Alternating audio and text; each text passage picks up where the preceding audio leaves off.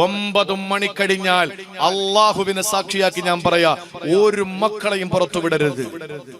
ഒരു മക്കളെയും പുറത്തുവിടരുത്. 9 മണി കഴിഞ്ഞാൽ നിങ്ങളുടെ മകനും മകളും വീട്ടിലുണ്ടെന്ന് ഉറപ്പിക്കണം. സഹോദരിമാരെ, നിങ്ങൾ ക്യാമ്പസുകളിലും കോളേജുകളിലും പഠിക്കുന്ന മക്കളാണ്. ആ മക്കളോട് എനിക്ക് പറയാനുള്ളത്, ഞങ്ങളുടെയൊക്കെ കുഞ്ഞനുജത്തിമാരാ നിങ്ങളൊക്കെ നല്ല മക്കളാണ്. പക്ഷേ നിങ്ങൾ പലപ്പോഴും പലരുടെയും കച്ചവടത്തിന്റെ ഇരകളും ബ്രോക്കർമാരുമാകാറുണ്ട്. കഞ്ചാവും MDMA ഒക്കെ ഉപയോഗിക്കുന്ന, അതിന്റെ ക്രയവിക്രയം ചെയ്യുന്നവരായി നിങ്ങൾ മാറാറുണ്ട്. നിങ്ങൾ അതില് നിങ്ങളുടെ ബോയ് ഫ്രണ്ട് അല്ലേ, അല്ലെങ്കിൽ നിങ്ങളുടെ പ്രിയപ്പെട്ട കൂട്ടുകാരനല്ലേ, അതൊക്കെ പറഞ്ഞുകൊണ്ട് നിങ്ങൾ ഇതൊക്കെ ആവർത്തിച്ചു കൊണ്ടിരുന്നാൽ പൊന്നുമോളെ, ഇതിൽ നിന്ന് പുറത്തേക്ക് വരാൻ കഴിയാത്ത വണ്ണം നിങ്ങൾ അതിൽ അടച്ചിടപ്പെട്ടവരായി പോകും. അവസാനം നിങ്ങളുടെ ഗതി ആത്മഹത്യയല്ലാതെ മറ്റൊന്നും ഉണ്ടാവൂല. നിങ്ങളെ പൊന്നുപോലെ നോക്കുന്ന വാപ്പയും ഉമ്മയുമില്ലേ, നിങ്ങളെ പ്രിയപ്പെട്ട അനുജനും അനുജത്തിമാരുമില്ലേ. അതുകൊണ്ട് എന്റെ പ്രിയപ്പെട്ട സഹോദരിമാരോട് പറയാ, ഈ വലയത്തിലൊന്നും പോയി വീടരുത്. പഠിക്കാൻ മക്കളെ വിടാൻ പറ്റാത്തൊരു കാലം, ഒരു കാരണവശാലും നമ്മുടെ മക്കളെ പുറത്തു വിടാൻ പറ്റാത്ത കാലം. അള്ളാഹു നമ്മളെ കാത്തുരക്ഷിക്കട്ടെ. അതുകൊണ്ട് 1000 കഴുകന്റെ കണ്ണുകളെ പോലെ നോക്കി നിങ്ങൾ നടക്കണം. നിങ്ങളുടെ മക്കളെ പേടിയാണ്, എല്ലാവർക്കും പേടിയാണ്. അതുകൊണ്ട് മക്കളെ, നിങ്ങൾ വാപ്പയുടെയും ഉമ്മയുടെയും കണ്ണുനീര് കണ്ടിട്ട് നിങ്ങൾക്ക് രക്ഷപ്പെടാൻ കഴിയുമെന്ന്, അല്ലെങ്കിൽ നിങ്ങൾക്കൊരു നല്ല ജീവിതം കിട്ടുമെന്ന് നിങ്ങൾ ഒരിക്കലും കരുതരുത്. അതുകൊണ്ട് നിങ്ങളുടെ ജീവിതത്തിൽ ഒരു ജാഗ്രത ഉണ്ടാകണം. എന്ത് സംഭവിച്ചാലും വീട്ടിൽ വിവരം കൊടുക്കണം, അധ്യാപകരോട് വിവരം കൊടുക്കണം. ആ വിവരം അനുസരിച്ച് അവർ നേരത്തെ തന്നെ കൈകാര്യം ചെയ്ത് ഇതിനൊരു പരിഹാരം കാണും. അതല്ല മുറുകി മുറുകി മുറുകി മുറുകി അവസാനം നിങ്ങൾക്ക് ആ മുറുക്കങ്ങോട്ട് വല്ലാതെ ഇറുകിപ്പോയി കഴിഞ്ഞാൽ അതിൽ നിന്ന് പുറത്തേക്ക് വരാൻ നിങ്ങൾക്ക് കഴിയൂല. നാളെ നിങ്ങൾ ഒറ്റയ്ക്കിരിക്കുമ്പോ ഇതൊക്കെ ഒന്ന് ആലോചിക്കണം. ഈ ഇന്നത്തെ പ്രസംഗമൊക്കെ ഒന്ന് ആലോചിക്ക്. അള്ളാഹു നമ്മളൊക്കെ നന്നാക്കി തരട്ടെ, അള്ളാഹു നമ്മളൊക്കെ നന്നാക്കി തരട്ടെ. അതുകൊണ്ട് എന്റെ പ്രിയപ്പെട്ട രക്ഷകർത്താക്കളോട് എനിക്ക് പറയാനുള്ളത്, നമ്മുടെ മക്കൾ നമ്മുടെ ചോരയാണ്. ആ മക്കളെ 9 മണി കഴിഞ്ഞാൽ പുറത്തു വിടരുത്, ഒരു കാരണവശാലും പുറത്തു വിടരുത്. വാപ്പ വന്നിട്ട് കൂട്ടുകാരുടെ മുമ്പിൽ വെച്ചിട്ട് സ്വന്തം മോനെ എന്തോ ശകാരിക്കുമ്പോ പറഞ്ഞ വാക്കെന്താ? അതും മുസ്ലിമാണ്. എടോ, താൻ തന്താണെന്നൊന്നും ഞാൻ നോക്കൂല. ഇതൊക്കെ നമ്മൾ കാണുകയല്ലേ. താൻ തന്തയാണെന്നൊന്നും ഞാൻ നോക്കൂല എന്ന് പറഞ്ഞിട്ട് ആ വളഞ്ഞിട്ട് ആക്രമിക്കുക. ആദ്യം ചവിട്ടിയത് ആ മകനാ. പിച്ച വെക്കാൻ പഠിപ്പിച്ച വാപ്പ, നടക്കാൻ പഠിപ്പിച്ച വാപ്പ, കഴിക്കാനും കുടിക്കാനും പഠിപ്പിച്ച വാപ്പ, പല്ല് തേച്ചു കൊടുത്ത് കുളിപ്പിച്ച് ഡ്രസ് ഇടിയിപ്പിച്ച് മദ്രസയിലും സ്കൂളിലും കൊണ്ടുവന്നാക്കിയ വാപ്പ, എന്ത് വേണമെന്ന് പറഞ്ഞിട്ടും നിർബന്ധം പിടിച്ചപ്പോ അതൊക്കെ വാങ്ങിത്തന്ന വാപ്പ, അവസാനം വളർന്ന് കഞ്ചാവിനിരയായി മാറിയപ്പോ ആ വാപ്പയെ ചവിട്ടി മതിക്കുന്ന മക്കൾ. ഞാൻ സങ്കടപ്പെടുന്നത് മറ്റൊരു കാര്യമാണ്. ഇവരെയൊക്കെ പിടിച്ചകത്തിടാൻ ഇവിടെ നിയമമൊന്നും ഇല്ലേ എന്നാണ് ഞാൻ ചിന്തിക്കുന്നത്. ഇത് നിയമമൊന്നുമില്ല ഈ രാജ്യത്ത്. ഇങ്ങനെയുള്ള ക്രിമിനലുകളെ പിടിച്ചകത്തിട്ട് പുറം ലോകം കാണിക്കാതിരിക്കാൻ. ഇവനെയൊക്കെ അകത്ത് പിടിച്ചാൽ അവനെയൊക്കെ ഇറക്കാൻ വക്കീലുമാര്, അവനെയൊക്കെ ഇറക്കാൻ കുറെ രാഷ്ട്രീയക്കാര്, അവനെയൊക്കെ ഇറക്കാൻ കുറെ ആളുകൾ ഇങ്ങനെ നടക്കാൻ. വീണ്ടും ഇവിടെ ക്രിമിനലിസം പടർന്നുകൊണ്ടിരിക്കുകയാണ്. അതാണ് ചിലരുടെ ആഗ്രഹവും. കാരണം എന്താ? ഒരുത്തനും നന്നാവരുത്. അള്ളാഹു നമ്മളെ നന്നാക്കി തരട്ടെ. അതുകൊണ്ട് ഞാൻ ഇത്രയും വികാരത്തോടുകൂടി അങ്ങ് പറഞ്ഞു പോയതാണ്. നിങ്ങൾ നന്നായിട്ട് ശ്രദ്ധിച്ചോളി നിങ്ങളുടെ മക്കളെ. അള്ളാഹു നമ്മുടെ മക്കളെ നന്നാക്കി തരട്ടെ. അള്ളാഹു നമ്മുടെ മക്കളെ നന്നാക്കി തരട്ടെ. പേടിയാ സഹോദരങ്ങളെ, പേടിയാണ്. അതുകൊണ്ട് മഹാനായ അബൂദർദാ റളിയല്ലാഹു അൻഹു പറഞ്ഞു, രണ്ടാമതായിട്ട് ഞാൻ ഏറ്റവും കൂടുതൽ പ്രണയിക്കുന്ന, ജനങ്ങൾ വെറുക്കുന്ന രണ്ടാമത്തെ കാര്യം രോഗമാണ്. അള്ളാഹു ഒരു രോഗം എനിക്ക് തന്നാൽ, ഏത് ചെറിയ രോഗം വന്നാലും അള്ളാഹു തആല തരുന്ന രോഗം കൊണ്ട് എനിക്ക് കിട്ടുന്ന ബോണസ് എന്റെ പാപങ്ങൾ പൊറുക്കല്ലേ, എന്റെ പാപങ്ങൾ പുറത്തു കളയല്ലേ. അതുകൊണ്ട് തന്നെ ഞാൻ അതിൽ കൃതാർത്ഥനാണ്, ഞാൻ അതിനെ ഇഷ്ടപ്പെടുന്നു എന്ന് മഹാനായ സയ്യിദുനാ അബൂദർദാ റളിയല്ലാഹു തആല അൻഹു പറയുമ്പോൾ സഹോദരങ്ങളെ, മഹാനായ അബുൽ അശ്അസ് റളിയല്ലാഹു അൻഹുവും മഹാനായ ശദ്ദാദ് ബിൻ ഔസ് റളിയല്ലാഹു അൻഹുവും മഹാനായ ആ രണ്ട് സഹാബാക്കളും ഒരാളെ രോഗ സന്ദർശനം നടത്താൻ വേണ്ടി പോവുകയാണ്. അങ്ങനെ അയാളുടെ അടുക്കലേക്ക് ചെന്നിരിക്കുമ്പോൾ എന്താ രോഗം വിവരത്തെ പറ്റിയിട്ട് ശദ്ദാദ് ബിൻ ഔസ് തങ്ങൾ ചോദിക്കുകയാ. ആ സമയത്ത് അദ്ദേഹത്തിന്റെ മറുപടി അസ്ബഹത്തു ബിനിഅമത്തില്ലാഹി വഫളിഹി, അല്ലാഹുവിന്റെ ഔദാര്യത്തോടെ അവന്റെ അനുഗ്രഹത്തോടെ ഞാൻ എഴുന്നേറ്റ് പ്രഭാതത്തിലായതാണ്. എനിക്ക് വല്ലാത്ത രോഗമാണെന്ന് അയാൾ പരിഭവം പറഞ്ഞപ്പോൾ എന്നെ കേൾക്കുന്ന സഹോദരങ്ങളെ, നിങ്ങളിൽ രോഗമുള്ളവരുണ്ടെങ്കിൽ എത്ര വലിയ രോഗമാണെങ്കിലും അള്ളാഹു നമ്മുടെ രോഗികൾക്ക് രോഗം ശിഫ നൽകട്ടെ. എന്റെ പ്രിയപ്പെട്ട സ്നേഹിതന്റെ ഉമ്മയ്ക്ക് രോഗമാണ്. അള്ളാഹുവേ പടച്ചവനെ നീ ശിഫ നൽകണേ അല്ലാ. ബാവ എന്ന പ്രിയപ്പെട്ട സഹോദരന്റെ ഉമ്മ പടച്ചവനെ രോഗിയാണ്, നീ ശിഫ നൽകണേ അല്ലാ. നമ്മളിൽ എത്രയോ രോഗികളുണ്ട്. ഇന്ന് ഞാൻ വൈകുന്നേരം ഒരു സഹോദരനെ കണ്ടു. ഇവിടത്തെ ഒരു പല്ലാരി മംഗലത്തെ ഒരു കൂട്ടം ആളുകൾ, പ്രവാസികൾ, അവര് ഒരു റമളാൻ കിറ്റ് കൊടുക്കുന്നതിന്റെ ഉദ്ഘാടനം അദ്ദേഹത്തിന്റെ വീട്ടിൽ വെച്ച് നിർവഹിക്കാൻ പറഞ്ഞപ്പോ ഒരു രോഗിയെ ഞാൻ കണ്ടു. അള്ളാഹു ശിഫ നൽകട്ടെ. രോഗം എന്റെ പ്രിയപ്പെട്ടവരെ, ഒരാൾക്ക് അള്ളാഹു രോഗം തന്നാൽ ആ രോഗത്തിലൂടെ പടച്ചവൻ തീരുമാനിക്കുന്നത് അള്ളാഹു നിന്റെ പാപങ്ങളെല്ലാം കഴുകിക്കളയലാണ്. നിന്റെ പാപങ്ങൾ മുഴുവനും കഴുകിക്കളയലാണ് പടച്ചവൻ ഉദ്ദേശിക്കുന്നത്. ശദ്ദാദ് ബിൻ ഔസ് തങ്ങള് ആ മനുഷ്യനോട് ചോദിക്കുന്നു, എങ്ങനെയുണ്ട് അസുഖമെന്ന് ചോദിക്കുമ്പോ അസ്ബഹത്തു ബിനിഅമത്തില്ലാഹി വഫളിഹി, അല്ലാഹുവിന്റെ ഔദാര്യത്തോടെ പടച്ചവന്റെ നിഅമത്തോടെ ഞാനിതാ രോഗത്തിലാണ്, ഞാൻ ഇങ്ങനെ ജീവിച്ചു പോകുന്നു എന്ന് പറഞ്ഞപ്പോ ശദ്ദാദ് ബിൻ ഔസ് റളിയല്ലാഹു അൻഹു പറഞ്ഞതെന്തെന്നറിയോ? അല്ലാഹ് പറഞ്ഞു, നബി തങ്ങളെ പറയുകയാണ്, അല്ലാഹു പറഞ്ഞു, ഖുദ്സിയായ ഹദീസാണ്, ഇത് ബുത്തലൈതു അബ്ദൻ മുഅ്മിന, എന്റെ ഒരു മുഅ്മിനായ അടിമയെ ഞാൻ പരീക്ഷിച്ചാൽ, രോഗം കൊടുത്താൽ, ഫഹമിദനി വസബറ, അവൻ അല്ലാഹുവിനെ സ്തുതിച്ചുകൊണ്ട് ക്ഷമയോടെ അതിനെ നേരിട്ടാൽ, എത്ര വലിയ രോഗമായാലും, ക്യാൻസർ ആയാലും, ട്യൂമർ ആയാലും, പ്രഷർ ആയാലും, സോറിയാസിസ് ആയാലും, വെള്ളപ്പാണ്ടായാലും, കുട്ടരോഗമായാലും, ഏത് രോഗമായാലും ഒരു മനുഷ്യൻ അല്ലാഹു പരീക്ഷണം കൊടുത്താൽ, ആ പരീക്ഷണങ്ങൾ ലഭിക്കുമ്പോൾ, ആ പരീക്ഷണം നേരിടുമ്പോൾ അതിനെ ക്ഷമയോടെ നേരിട്ട് അല്ലാഹുവേ നീ എനിക്ക് തന്നത് നീയല്ലേ രോഗം മാറ്റാൻ കഴിവുള്ളവന്, ഞാൻ ക്ഷമിക്കുകയാണ് എന്ന് പറഞ്ഞാൽ ഫഇന്നഹു യഖൂമു മിൻ മൽജഇഹി, അവൻ ആ രോഗത്തിന്റെ കിടക്കയിൽ നിന്ന് എഴുന്നേൽക്കുമ്പോ കയൗമി വലദതുഹു ഉമ്മുഹു, അവൻ അവന്റെ ഉമ്മ പ്രസവിച്ച ദിവസത്തിന്റെ പാപ സുരക്ഷിതത്തോടെ പുറത്തു വരുമെന്ന് ആദരവായ പ്രവാചകൻ നബി മുഹമ്മദ് മുസ്തഫ. ഒരാൾക്കൊരു അസുഖം വന്ന് കിടപ്പിലായി, അയാള് എനിക്ക് മാത്രം എന്താ അങ്ങനെ അസുഖം, എന്റെ ഭാര്യയ്ക്ക് മാത്രം എന്താ അസുഖം, വേറെ ആർക്കും അസുഖം കൊടുക്കുന്നില്ല എന്നൊന്നും പറയാതെ, എനിക്ക് നീ അസുഖം തന്നു, നീ മാറ്റിത്തരാൻ കഴിവുള്ളവനാണ്, ഞാൻ ക്ഷമിക്കുകയാണ് എന്നൊരു ഉറച്ച തീരുമാനത്തോടെ അള്ളാഹുവിന് തന്ന പരീക്ഷണത്തെ നീ രണ്ട് കൈയും നീട്ടി സ്വീകരിച്ചാൽ നീ ആ രോഗത്തിൽ നിന്ന് എഴുന്നേറ്റു വരുമല്ലോ. അങ്ങനെ വരുമ്പോ നീ വരുന്നത് കയ്യൗമി വലദതുഹു ഉമ്മുഹു, നിന്റെ ഉമ്മ പ്രസവിച്ച ദിവസത്തിന്റെ പാപ സുരക്ഷിതത്വത്തോടു കൂടിയാണ്. കാരണം എന്താണ്?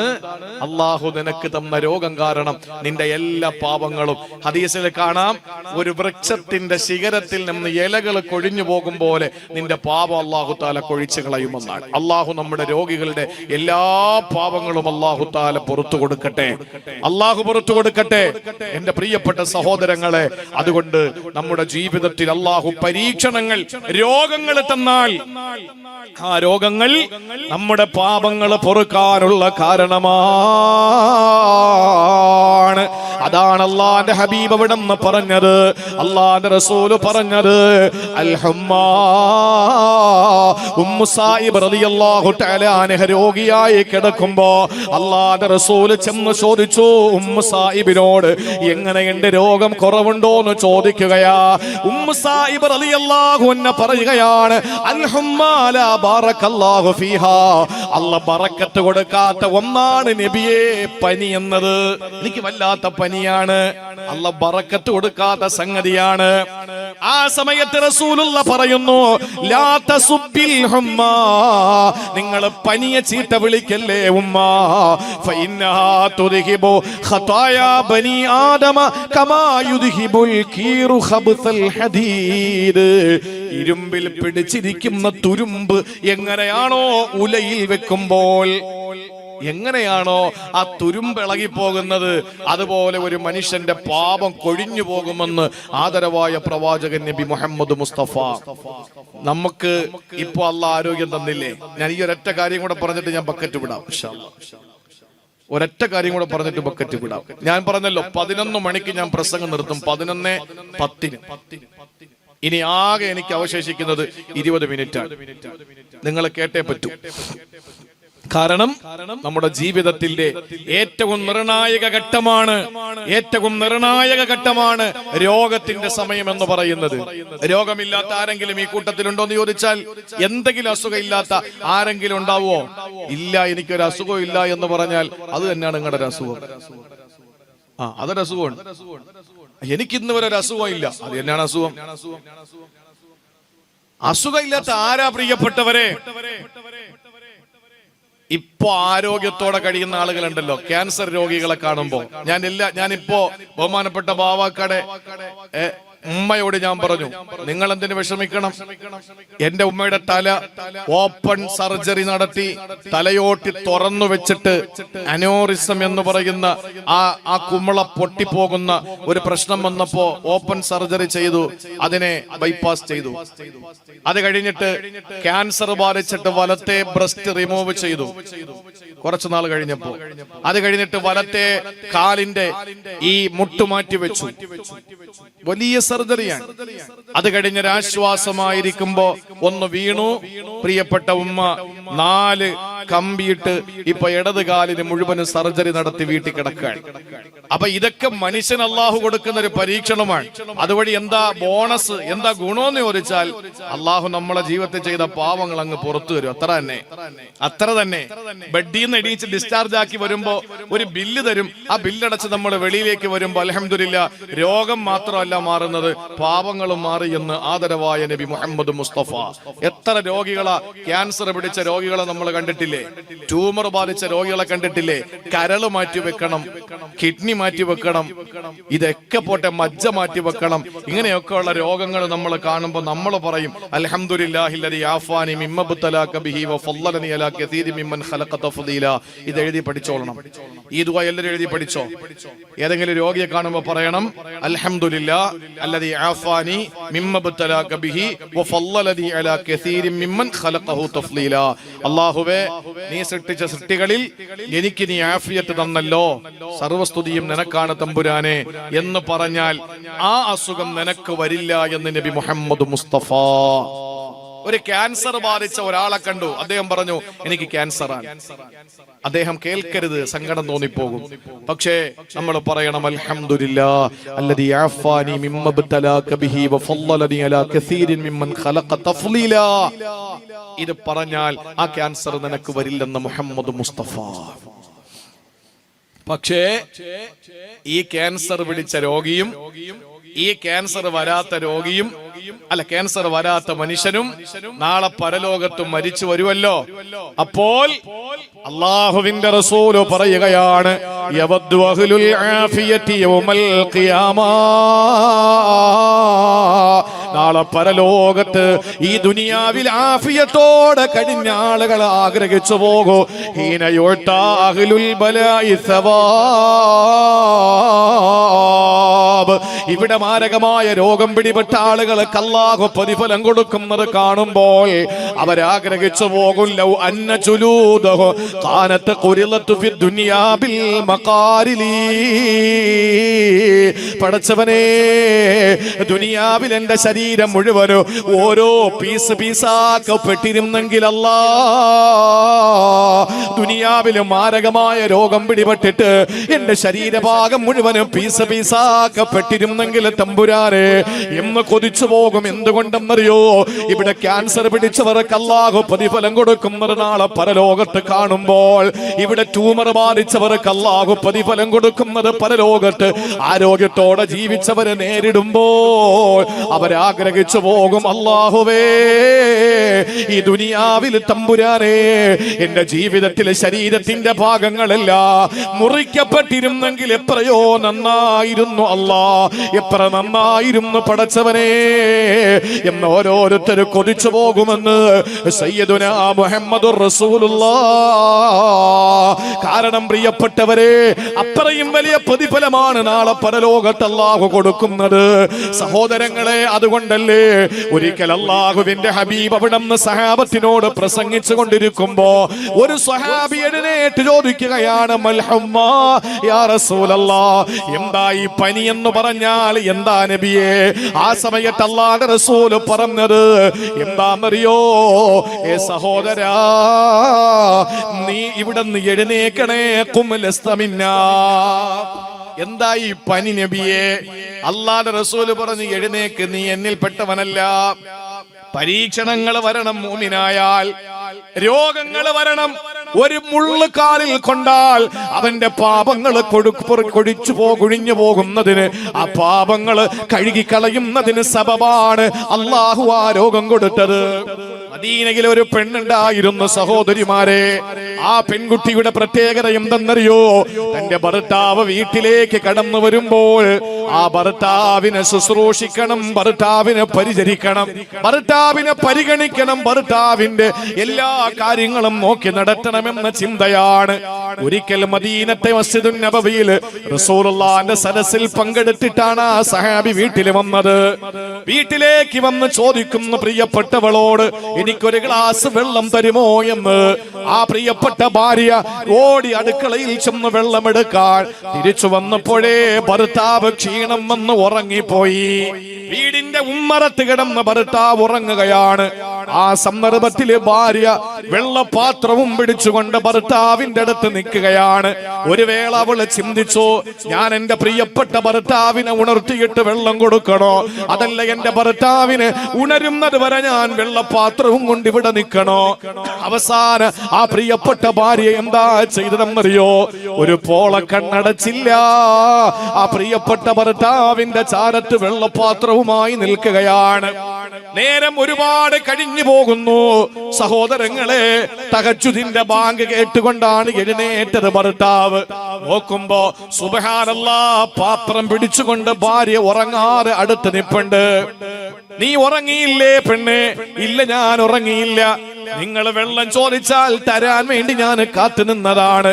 ആ സമയത്ത് പ്രിയപ്പെട്ട ഭർത്താവ് പറഞ്ഞു, മദീനയിൽ ഇങ്ങനെ സ്നേഹിക്കുന്ന ഒരു പെണ്ണിനെ വേറെ കിട്ടൂല.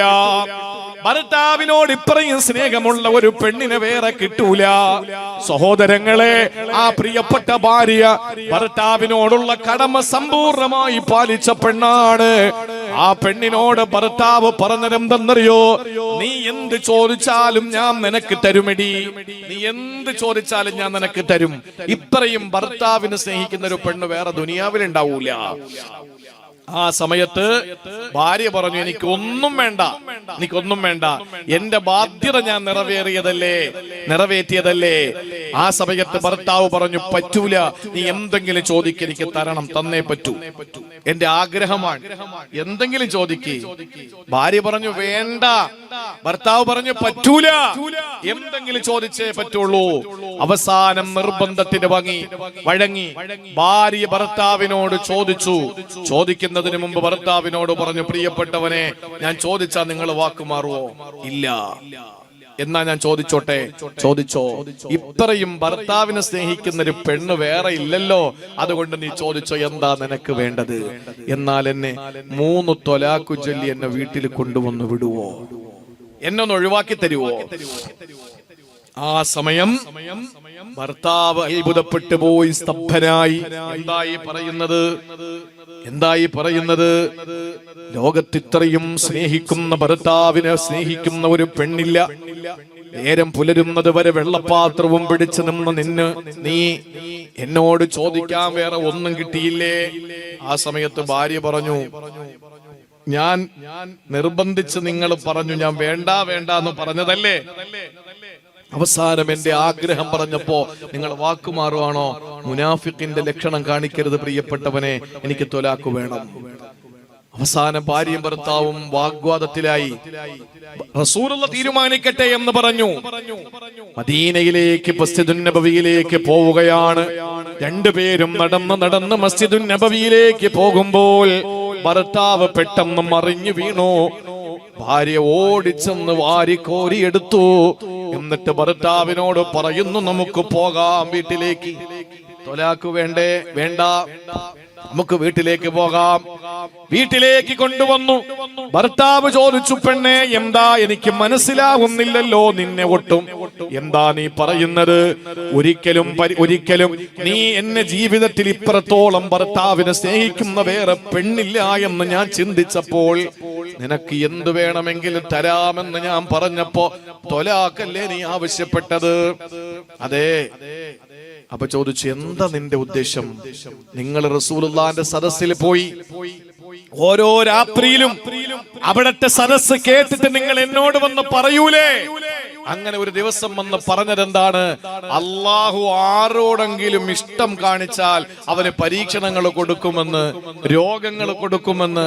ഞാൻ എത്ര കൊല്ലമായി നിങ്ങളുടെ ഭാര്യയായി ജീവിക്കുന്നു, ഒരു പനിയോ ജലദോഷമോ നിങ്ങൾക്ക് വന്നോ മനുഷ്യ? നിങ്ങൾക്ക് അള്ളാഹുവിന് നിങ്ങളോട് ഒരു സ്നേഹം ഇല്ല എന്ന് എനിക്ക് മനസ്സിലായി.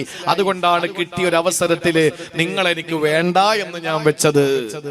ആ സമയത്ത് ഭർത്താവ് ചോദിക്കുന്നു, പിന്നെന്തുകൊണ്ടാ ഞാൻ വീണപ്പോൾ നമുക്കിനി തിരിച്ചു പോകാമെന്നും ത്വലാഖ് വേണ്ടെന്നും പറഞ്ഞത്? നിങ്ങൾ കല്ലിൽ തട്ടി നിന്നും മറിഞ്ഞു വീണപ്പോൾ അള്ളാഹു ഒരു ചെറിയ പരീക്ഷണം നിങ്ങൾക്ക് തന്നില്ലേ?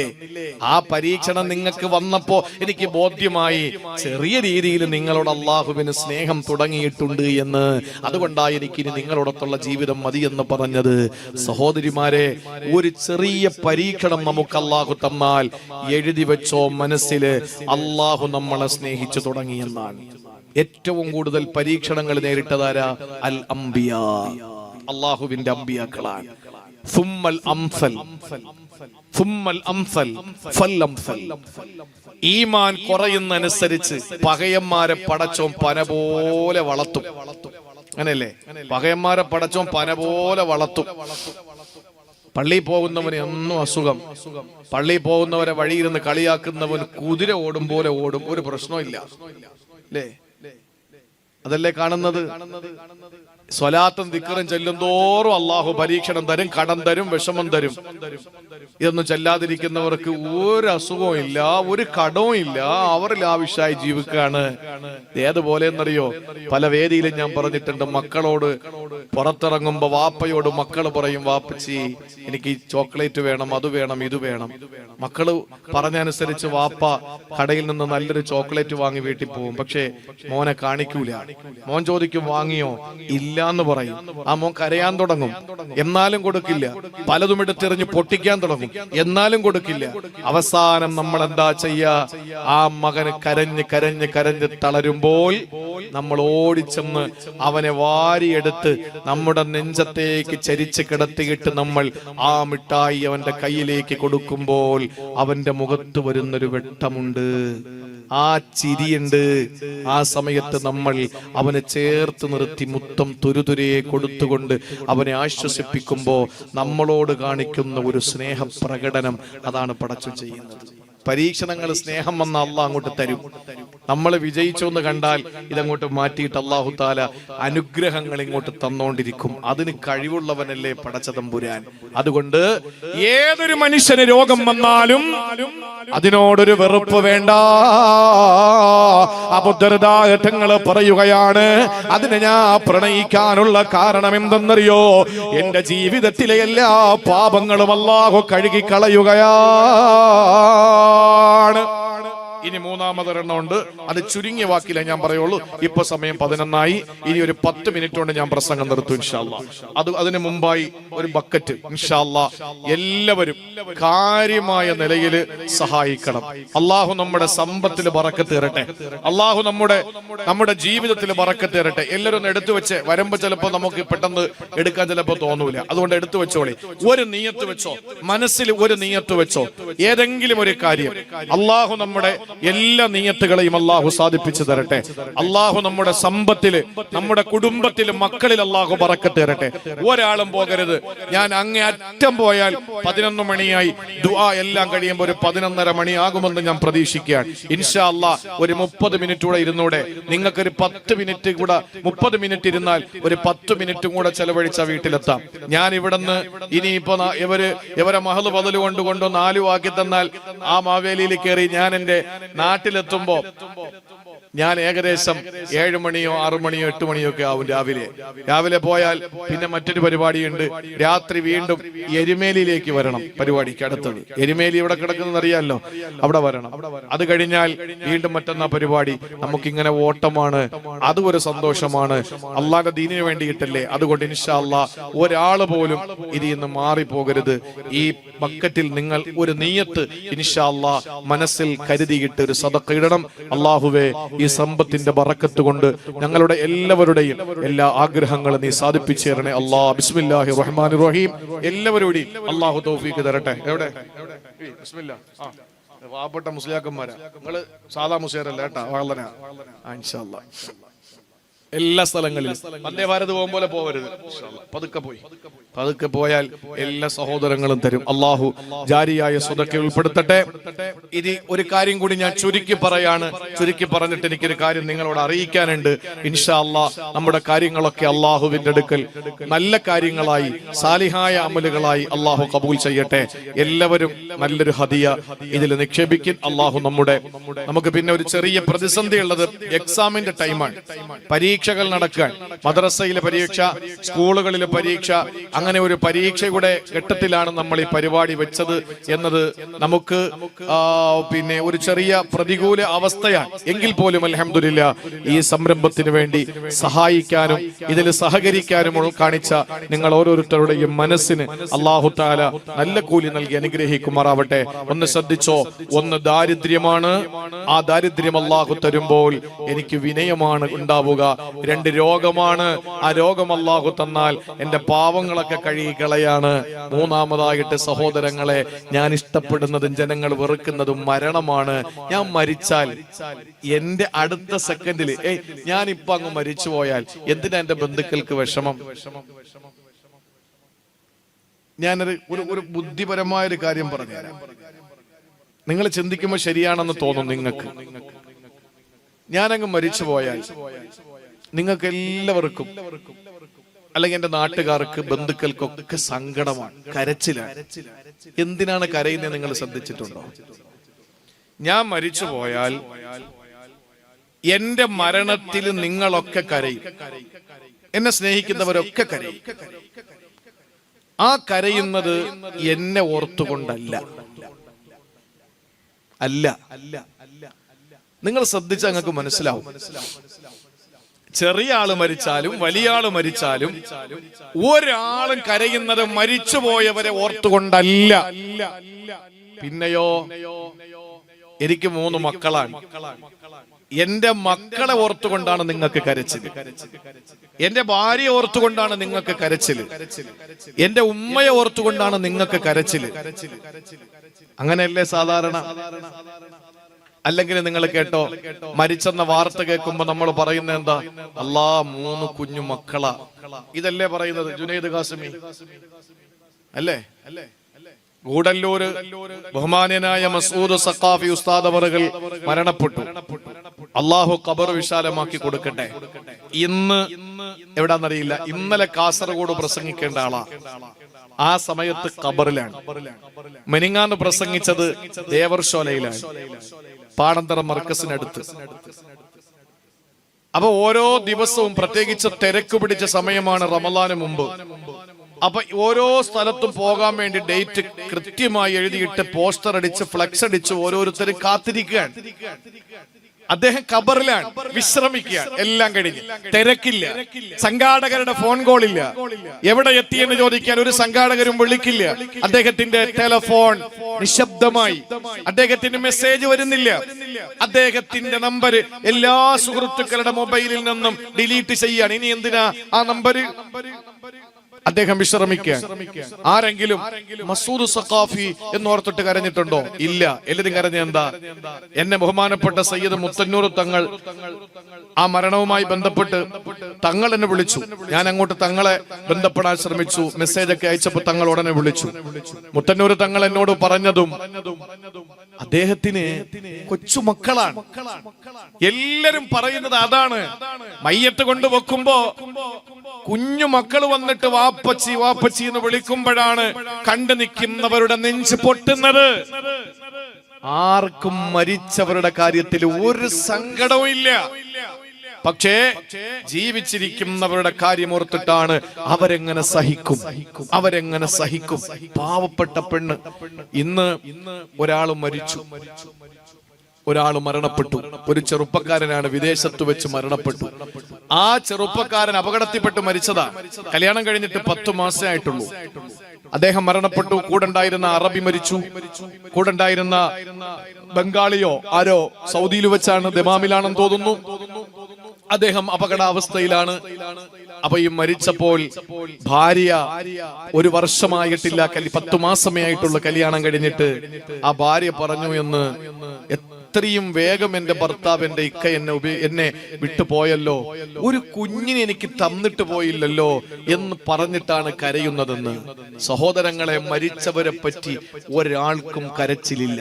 ആ സഹോദരിയും വേദനിച്ചത്, എനിക്ക് എന്റെ ഇക്കയ്ക്ക് പകരമായി എന്തെങ്കിലും ഒന്ന് തന്നിട്ട് പൊക്കിവിടായിരുന്നോ എന്ന് പറഞ്ഞാൽ അപ്പോഴും എന്റെ വിഷമം. നിങ്ങൾക്ക് മനസ്സിലായോ? എടാ, ഭർത്താവ് മരിക്കുമ്പോ ഭാര്യമാര് കരയുന്ന എന്താ? എനിക്കിന്നി ആരാ, എനിക്കിന്നി ആരാ, എനിക്കിന്നി ആരാ എന്ന് പറഞ്ഞാൽ എല്ലാവർക്കും അവരവരുടെ കാര്യമാണ്. അത് അങ്ങനെയാണ്. എന്തുകൊണ്ടെന്നാൽ ഒരാള് മരണപ്പെട്ടു പോയാൽ അയാള് നല്ല മനുഷ്യനാണെങ്കിൽ, അയാള് നല്ലവനാണെങ്കിൽ അടുത്ത നിമിഷം അയാള് കാണുന്നതാരയാ? സയ്യിദുനാ ബിലാൽ. കറുത്ത് കരിവാളിച്ച മുഖത്തിന്റെ ഉടമ സയ്യിദുനാ ബിലാൽ. ചുണ്ട് തടിച്ചു തൂങ്ങിക്കിടക്കുന്ന ബിലാൽ. സ്പ്രിങ് പോലെ വളഞ്ഞു പൊളഞ്ഞു കിടക്കുന്ന തലമുടിയുള്ള ബിലാൽ. ആ ബിലാൽ റളിയല്ലാഹു തആല അൻഹു കരിമ്പടം പുറച്ച കറുത്ത സുന്ദരിയായ കഅബാലയത്തിന്റെ മുകളിൽ കയറി നിന്ന് അല്ലാഹു അക്ബർ എന്ന ബാങ്കിന്റെ പരിശുദ്ധമായ സംഗീതം പൊഴിച്ചപ്പോ താഴെ ഇരുന്നു കൊണ്ട് ഖുറൈശികളിൽപ്പെട്ട ഒരാള് പറഞ്ഞത്, ഈ മുഹമ്മദിന് ഈ ഖുറാബുൽ അസ്വദിനെ അല്ലാതെ മുഅദ്ദിനായി കിട്ടിയില്ലയോ? എന്താ ഖുറാബുൽ അസ്വദ് എന്നറിയോ?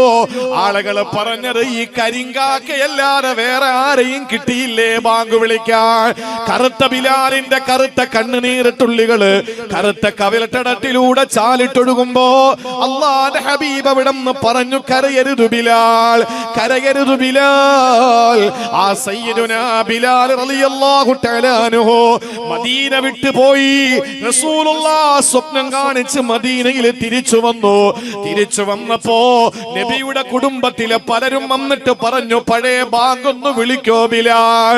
അങ്ങനെ ബാങ്ക് വിളിക്കുമ്പോ വീട്ടിനകത്തിരിക്കുന്ന സ്ത്രീകളെല്ലാം ഇറങ്ങി പുറത്തേക്ക് ഓടുകയാ.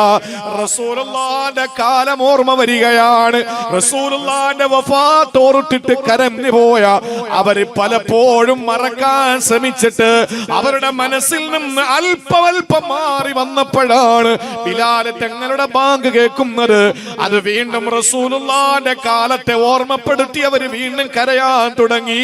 പക്ഷേ അശ്ഹദു അല്ലാ ഇലാഹ ഇല്ലല്ലാഹ് എന്ന് പറഞ്ഞിട്ട് അശ്ഹദു അന്ന മുഹമ്മദർ റസൂലുള്ളാഹ് എന്ന് പറയാൻ തുടങ്ങുമ്പോ ബിലാൽ തങ്ങൾ തളർന്നു പോയി. ആ ബിലാൽ ഇബ്നു റബാഹ്, ഉമയ്യത്ത് ബിൻ ഖലഫിന്റെ പട്ടാളക്കാര് ആ മഹാനായ ബിലാൽ തങ്ങളെ അടിച്ചടിച്ച് ചമ്മട്ടി കൊണ്ടടിക്കുമ്പോ, ചാട്ടവാറ് കൊണ്ടടിക്കുമ്പോ ആടിന്റെ തോൽ ഉരിഞ്ഞു വരുന്നത് പോലെ ശരീരത്തിൽ നിന്ന് ബിലാൽ തങ്ങളുടെ കറുത്ത തൊലി ഇളകി വരുമ്പോ ബിലാൽ തങ്ങൾ എന്താ പറഞ്ഞത്? എനിക്ക് ദാഹിക്കുന്നു, കുറച്ച് വെള്ളം തരുമോ എന്നാണ്.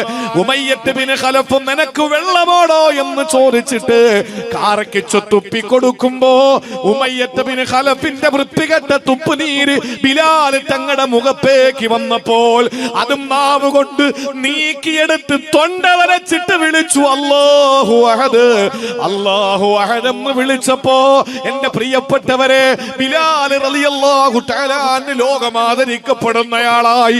ബിലാൽ തങ്ങളെ റസൂലുള്ളാഹിന്റെ പ്രേമഭാജനമായി ചുവപ്പ് കലർന്ന വെളുപ്പ ശരീരത്തിന്റെ ഉടമയെ റൂഹി ഫിദാ നബി മുഹമ്മദ് മുസ്തഫ കറുകറുത്ത ബിലാലിന്റെ അകപ്പളപ്പിലെ വെളുത്ത ഹൃദയത്തെ നോക്കിയിട്ട് ബിലാൽ റളിയല്ലാഹു തആല അൻഹുവിനെ ലോകം മുഴുവനും അംഗീകരിക്കുന്ന രീതിയിൽ അല്ലാഹുവിന്റെ റസൂൽ കഅബാലയത്തിന്റെ ആ മുകളിൽ കയറി ബാങ്ക് വിളിക്കാൻ പ്രേരിപ്പിക്കുമ്പോൾ എന്റെ പ്രിയപ്പെട്ട സഹോദരങ്ങളെ, ഒരവസരത്തിൽ ബിലാൽ തങ്ങളെ മരണക്കിടക്കയിലാണ്.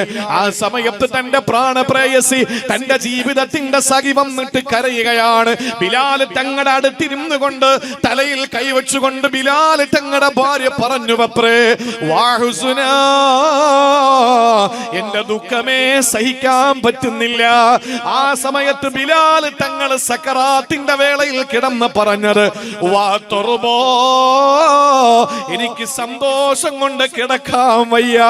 ഭാര്യ ചോദിച്ചു, എന്തേ ബിലാൽ തങ്ങളെ, നിങ്ങൾ എന്നെ വിട്ടുപോകുന്നതിൽ സങ്കടമില്ലേ? ആ സമയത്ത് ബിലാൽ തങ്ങളെ പറഞ്ഞ വാക്കെന്തെന്നറിയോ? അൽഖഗദൻ അൽഖാ മുഹമ്മദാ, ഞാൻ മരിച്ചാൽ അടുത്ത സെക്കൻഡിൽ എന്റെ മുത്തിനെ എനിക്ക് കാണാമല്ലോ. ഞാൻ മരിച്ചു പോയാൽ അടുത്ത സെക്കൻഡിൽ എനിക്ക് എന്റെ റസൂലിനെ കാണാമല്ലോ, എന്റെ ഹബീബിനെ എനിക്ക് കാണാമല്ലോ. ഈ മദീനയിൽ വെച്ച് ഞാൻ കണ്ട് പിരിഞ്ഞ എന്റെ റസൂൽ, എന്നെ വിട്ടുപോയ എന്റെ മുത്ത്, എനിക്ക് അടുത്ത സെക്കൻഡിൽ മരിച്ചാൽ എന്റെ മുത്തിനെ കാണാമല്ലോ. മരണപ്പെട്ടു പോകുന്നവരെ ജീവിതത്തിൽ നന്മ ചെയ്തവരാണെങ്കിൽ, ജീവിതത്തിൽ സുഹൃതങ്ങൾ ചെയ്തവരാണെങ്കിൽ അടുത്ത സെക്കൻഡ് നിങ്ങളെ കാണുന്നതാരെയാണ്? ഇവിടത്തെ ഭാര്യയാണോ? അല്ല. ഇവിടത്തെ മക്കളെയാണോ? അല്ല. അടുത്ത സെക്കൻഡിൽ നിങ്ങളെ കാണുന്നത് ആരംഭപ്പൂവേ നബി മുഹമ്മദ് മുസ്തഫ ഖബറിലും മലക്കുകൾ കൊണ്ട് കാണിച്ചു തരൂലേ? അത് കഴിഞ്ഞ് നമുക്ക് കണ്ണ് നിറയെ കണ്ടൂടെ? സഹാബത്തിനെ കണ്ടൂടെ? അതുകൊണ്ടല്ലേ മരിച്ചു കിടക്കുന്നവര് വിളിക്കും, നിലവിളിക്കും, നമ്മൾ മൈൻഡ് ചെയ്യില്ല. മരിച്ചു കിടക്കുന്നവർ അടുത്ത് നിന്ന് ബന്ധുക്കൾ വിളിക്കും, യുനാദൂന ഖൽഫൻ നഈശി മല്ലാ യുജീബുഹും വഖദ് കുന്ത ഫിദ്ദുനിയാ സരിഅൽ ഇജാബതി വഖൽഫി കരീമാത്തിൻ അലയ്യാ വബാക്കിയാ വഫീഹിന്ന ഉമ്മി ഔ ശഖീഖി വഇത്രതി. അടുത്ത് നിന്ന് ഭാര്യ കരയും, അടുത്ത് നിന്ന് മക്കള് കരയും. എന്റെ വാപ്പിച്ച എന്ന് പറഞ്ഞ് പൊന്നുമക്കള് കരയുമ്പോ ഒരു സമയം പോലും മകന്റെ വിളി, മകളുടെ വിളി കേട്ടാൽ അടങ്ങിയിരിക്കാതെ വിദേശത്ത് നിന്ന് പറന്നിറങ്ങിയ വാപ്പമാരില്ലേ? എന്തിനാ നിങ്ങൾ വന്നത്? എന്റെ മോന്റെ വിളി കേട്ടാൽ എനിക്ക് പണമുണ്ടാക്കണമെന്ന് തോന്നൂല. കടം വാങ്ങിയിട്ട് ഞാൻ ടിക്കറ്റ് എടുത്തു വന്നു എന്റെ പൊന്നുമോനെ കാണാൻ, എന്റെ മക്കളെ കാണാൻ. പക്ഷെ നീ മരിക്കാൻ നേരത്തോ നിന്റെ പിറകിൽ നിന്ന് വിളിക്കുന്നു, ഖൽഫി കരീമാത്തിൻ അലയ്യാ വബാക്കിയാ വഫീഹിന്ന ഉമ്മി ഔ ശഖീഖി വഇത്രതി. ദുനിയാവിലെ നീ വേഗം മറുപടി കൊടുത്തു, ശരി അൽ ഇജാബ. ഇപ്പോ നീ മിണ്ടുന്നില്ല. നിന്റെ മൈൻഡിൽ മൊത്തം അഷ്റഫുൽ ഖൽഖ് നബി മുഹമ്മദ് മുസ്തഫ. നിന്റെ മൈൻഡ് മുഴുവനും അല്ലാഹു റബ്ബുൽ ഇസ്സത്തിനെ കാണാനുള്ള വ്യഗ്രത. അതാകണം പ്രിയപ്പെട്ടവരെ. മരിച്ചാൽ ആലോചിക്കണം, നമ്മുടെയൊക്കെ പ്രിയപ്പെട്ടവര് മരിച്ചുപോയ നല്ലവരാണെങ്കിൽ, ഇവിടെ നിന്നാൽ എന്നെയല്ലേ കാണാൻ പറ്റുള്ളൂ? എന്റെ വാപ്പാക്ക് അടുത്ത നിമിഷം അഷ്റഫുൽ ഖൽക്കിനെ കണ്ടൂടെ? ചെറിയ കാര്യമാണോ? അതിനല്ലേ അബൂദർദാ തങ്ങൾ മരണത്തെ പ്രണയിച്ചത്. എനിക്കെന്റെ അള്ളാനെ കാണാം, എനിക്കെന്റെ മുത്തിനെ കാണാം, എനിക്കെന്റെ സഹാബത്തിനെ കാണാം.